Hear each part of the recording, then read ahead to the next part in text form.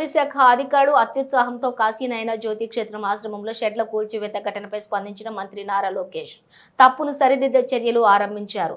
ఆశ్రమ నిర్వాహకులు జీరయ్య స్వామికి ఫోన్ చేసి మాట్లాడారు.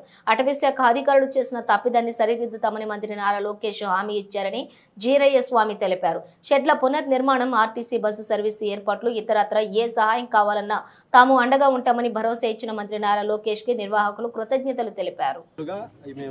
ఆదుకొని ఆ యొక్క క్షేత్రాన్ని డెవలప్మెంట్ చేసేటటువంటి మార్గం మేము చేస్తాము. పర్మిషన్ కూడా తీసుకొచ్చేదానికి ఢిల్లీలో కూడా మాట్లాడి ఆ పర్మిషన్ తీసుకొచ్చేదానికి నేను అన్ని రకాలుగా ఆ యొక్క క్షేత్రాన్ని ఆదుకుంటానని మీరు జరిగినటువంటి దాన్ని నాకు కూడా చాలా బాధాకరంగా ఉంది. ఇంతవరకు నా దృష్టికి రాలేదు. ఈ బిల్డింగులు పడగొట్టడం కానీ, బాత్రూమ్లు కానీ, హౌస్లు కానీ ఏమైనా కొట్టినటువంటిది ఇంతవరకు నా దృష్టికి రాలేదు. ఇప్పుడు మాత్రమే నా దృష్టికి వచ్చింది. కాబట్టి వెనకంబడి నేను స్పందించి దీని మీద గట్టిగా చర్యలు తీసుకొని దీనికి పర్మిషన్ తీసుకొచ్చేదానికి కానీ ఎటువంటి టైంలో జరగకుండా జరిగిన దానిలకు కూడా నేను గవర్నమెంట్ ద్వారా దానికి సహాయం కూడా చేస్తాము. కాబట్టి మీకు బస్సు మార్గాన్ని కూడా ఇప్పుడు లేదంటున్నారు. దానికి కూడా మేము తొందరలోనే దాన్ని పంపించే మార్గం, బస్సును కూడా పంపించే మార్గం చేస్తాము.